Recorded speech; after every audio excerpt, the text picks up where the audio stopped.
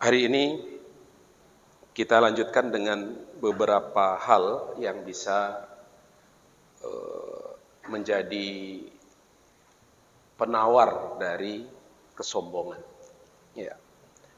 Artinya kesombongan ini adalah penyakit hati.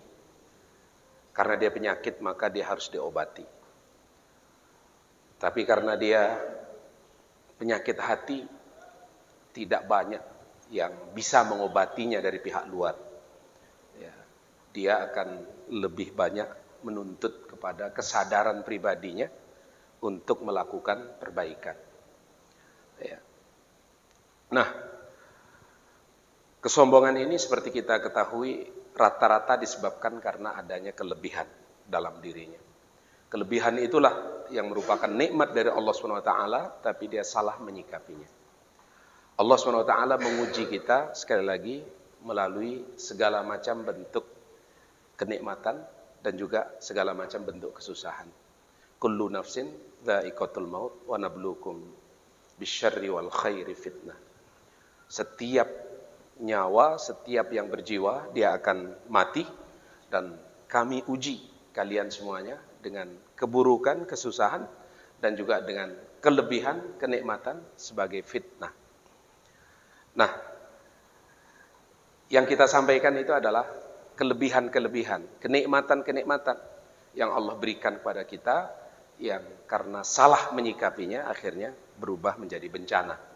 Dia menjadi malapetaka bagi orang yang mendapatkan nikmat tersebut. Maka ketika seseorang merasa bahwa dalam dirinya ada penyakit kronis yang terkait dengan kesombongan ini, maka seharusnya dia selalu berusaha bekerja keras untuk mengilajnya, memperbaikinya, mengobatinya. Di antara tindakan yang bisa dia lakukan pertama kali adalah dia harus menyadari betapa bahayanya sombong itu dalam konteks keagamaannya, dalam konteks masa depan akhiratnya. Kesombongan ini benar-benar dia akan menjadi virus yang mematikan, ya, bencana yang akan menghabisi semua kesolehan dan kebaikan dia. Kesombongan ini akan memasukkan dia ke dalam tempat yang paling terhina. Itu harus dia rasakan. Itu di akhirat. Di dunia ini Allah SWT juga mengatakan bahwa orang-orang yang dalam hatinya ada kesombongan, maka dia akan dijauhkan dari kebenaran. Dijauhkan dari bimbingan cahaya ayat-ayat Allah SWT. Al-Quran, hadis turun untuk memberikan bimbingan, mengarahkan kita kepada kebaikan, mengajak kita kepada jalan yang lurus. Tapi semua itu tidak akan ada gunanya kalau dalam diri seseorang masih ada kesombongan. Sombong membuat hijab antara hati dia dengan kebenaran itu. Maka Allah katakan dalam ayat Al-Quran, sa'asrifu an ayatiyalladzina yatakabbaruna fil ardi bighairil haq. Saya akan palingkan, kata Allah, dari ayat-ayatku. Siapa? Orang-orang yang sombong di muka bumi ini tanpa dasar kebenaran. Orang-orang yang sombong Allah akan palingkan. Allah memalingkan hati orang yang sombong itu bisa dalam bentuk kesombongannya membuat dia tidak mau menengok ayat-ayat Allah, mempelajari ayat-ayat Allah, mendengar tausiah dan lain-lainnya. Itu salah satu bentuknya. Atau kesombongannya itu membuat dia tidak sampai kepada hakikat kebenaran, pesan kebenaran yang disampaikan oleh ayat-ayat Allah tadi. Kebenaran dia disampaikan, kebenaran dia dengarkan, tapi karena kesombongannya, pemahamannya tidak sampai kepada kebenaran itu. Ini bahayanya. Maka para hadirin, ketahuilah bahwa mungkin di antara penyebab lambatnya kita merespon kebenaran, lambatnya kita memahami ayat-ayat Allah, pesan-pesan kebenaran Allah, itu salah satunya bisa jadi karena masih adanya sedikit banyak kesombongan dalam diri kita.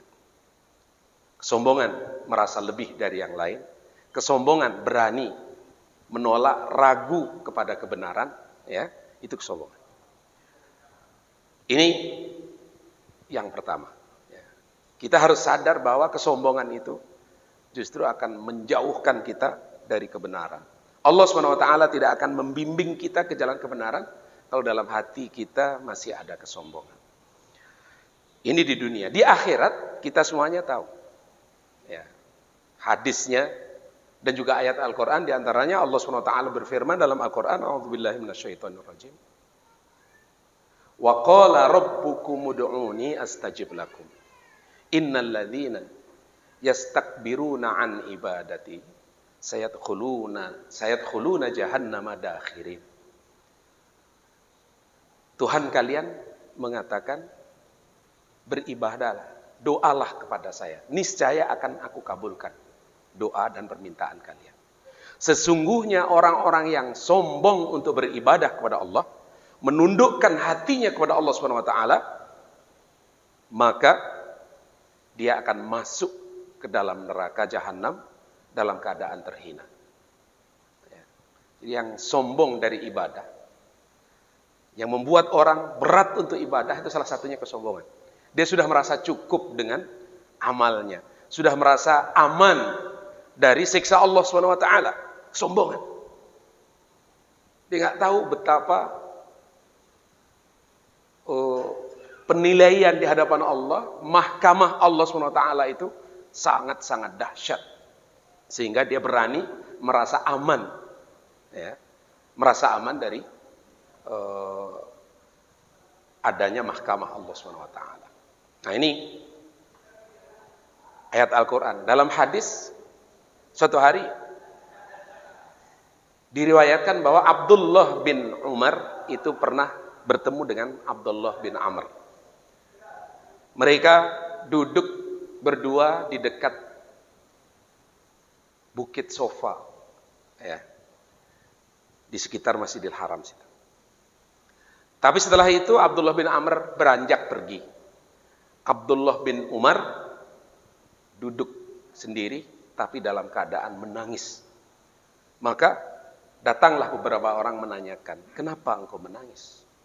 Dia katakan, orang itu, dia menunjuk kepada Abdullah bin Amr, mengaku bahwa dia mendengar hadis dari Rasulullah, bahwa siapapun yang dalam hatinya masih ada sedikit kesombongan, maka Allah akan campakkan wajahnya ke dalam neraka.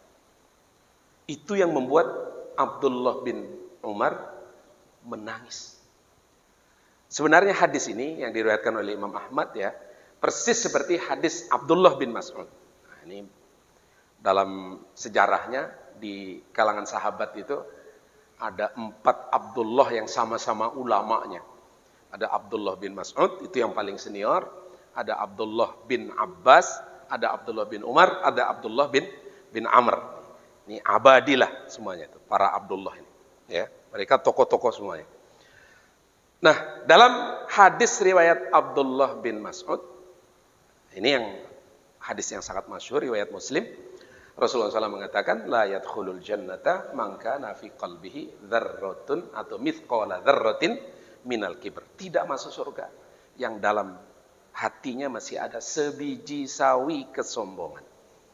Ya, ini hadisnya sama sebenarnya, tapi jalurnya berbeda. Hadirin, ini harus disadari bahwa kesombongan ini akan menghalangi kita untuk bisa masuk surga. Allah akan mengharamkan orang yang masih sombong. Kenapa? Dalam hadis Rasulullah SAW juga mengatakan, hadis Abu Hurairah, bahwa al-kibriya'u libasi wal 'azamatu izari faman naza'ani fihima, atau dalam riwayat yang lain, fi ahadim minhuma qadhaftuhu finnar. Dalam riwayat yang lain, adzabtuhu. Ya.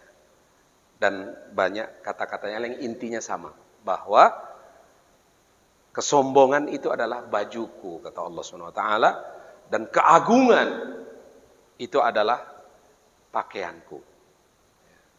Siapa yang merebutnya dariku, salah satu dari izarnya atau azomah atau kibriyanya itu, maka saya akan siksa dia di dalam api neraka. Jadi kesombongan itu hanya layak milik Allah SWT. Kita semuanya tidak pantas punya watak sifat sedikit pun dari kesombongan itu. Ini mesti kita rasakan. Nah, yang berikutnya, kita juga harus menyadari bahwa orang yang sombong itu biasanya kan haus penghormatan, haus pengakuan, haus pemuliaan. Tapi sebenarnya dengan kesombongan itu justru dia akan mendapatkan kehinaan. Tapi dengan sebaliknya, kebalikan daripada sombong adalah tawadhu, dia akan mendapatkan yang dia cari tadi. Ya.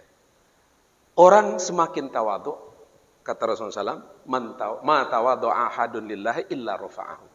Siapapun yang tawadhu kepada Allah SWT, Allah pasti akan angkat derajatnya.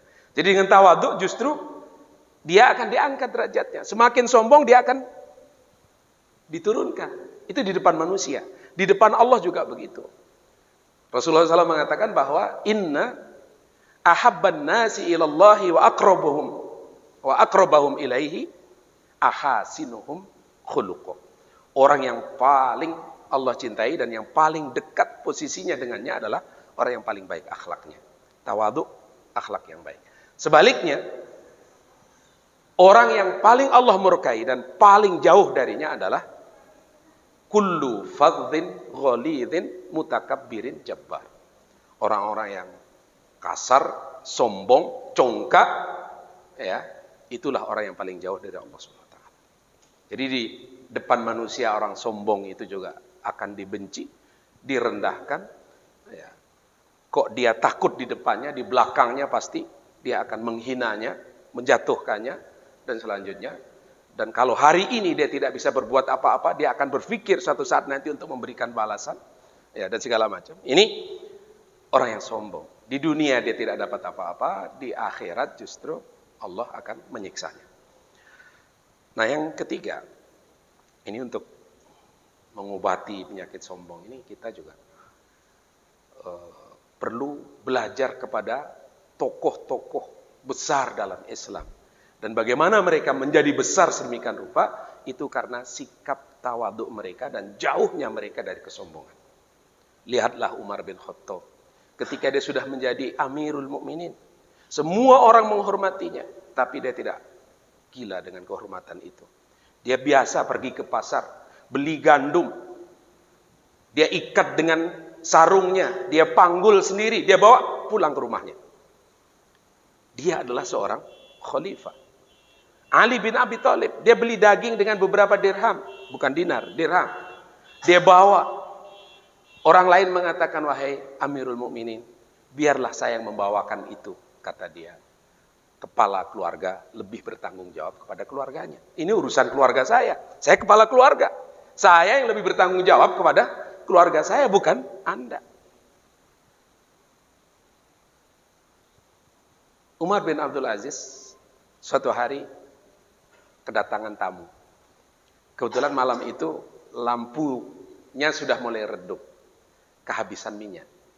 Maka dia bergerak untuk mengisi minyak lampu itu. Sang tamu mengatakan, wahai Amirul Mukminin, kenapa nggak dibangunkan saja si Anu?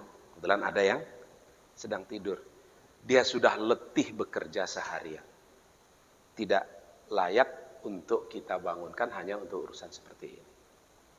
Akhirnya Umar bin Abdul Aziz pergi ke lampu itu, dia isi sendiri. Setelah itu, wahai Amirul Mukminin, katanya, kenapa itu mesti Anda lakukan? Kenapa Anda tidak menyuruh yang lain?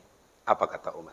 Saya berangkat sebagai Umar bin Abdul Aziz, saya pulang juga sebagai Umar bin Abdul Aziz. Artinya saya pergi mengisi lampu itu juga Umar bin Abdul Aziz, saya pulang juga masih tetap Umar bin Abdul Aziz. Nggak ada yang kurang sedikit pun hanya dengan melakukan perbuatan itu. Artinya, ini tokoh-tokoh besar itu. Dan Rasulullah, coba kita lihat seorang Nabi. Ketika pergi perang Badar, dia mengendarai satu unta bertiga, bergantian. karena dia seorang nabi. Ya.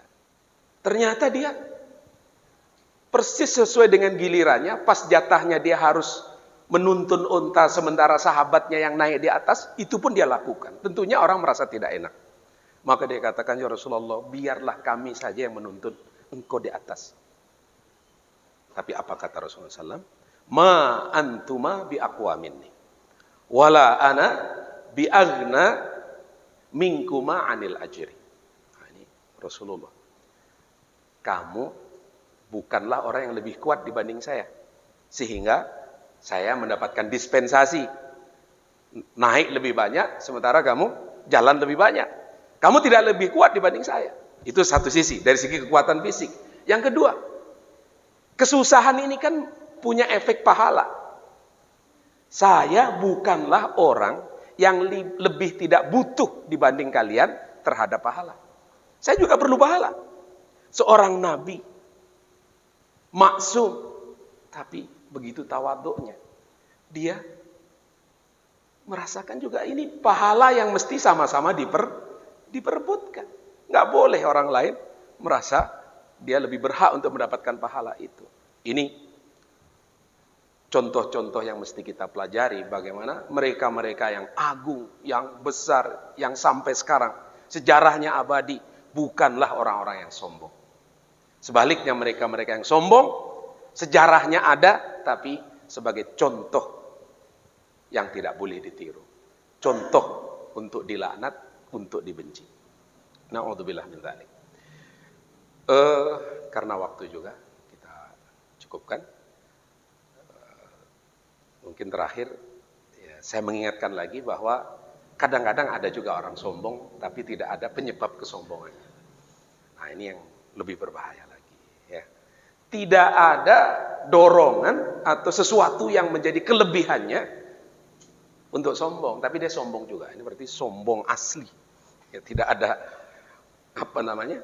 nggak ada pendorongnya, dia sudah sombong. Gitu. Nah, untuk itu dalam Islam itu ada kaidah ya. Kalau namanya dosa itu, semakin ringan tuntutannya, semakin ringan dorongannya, tapi melakukan perbuatan dosa juga, maka dosanya semakin besar.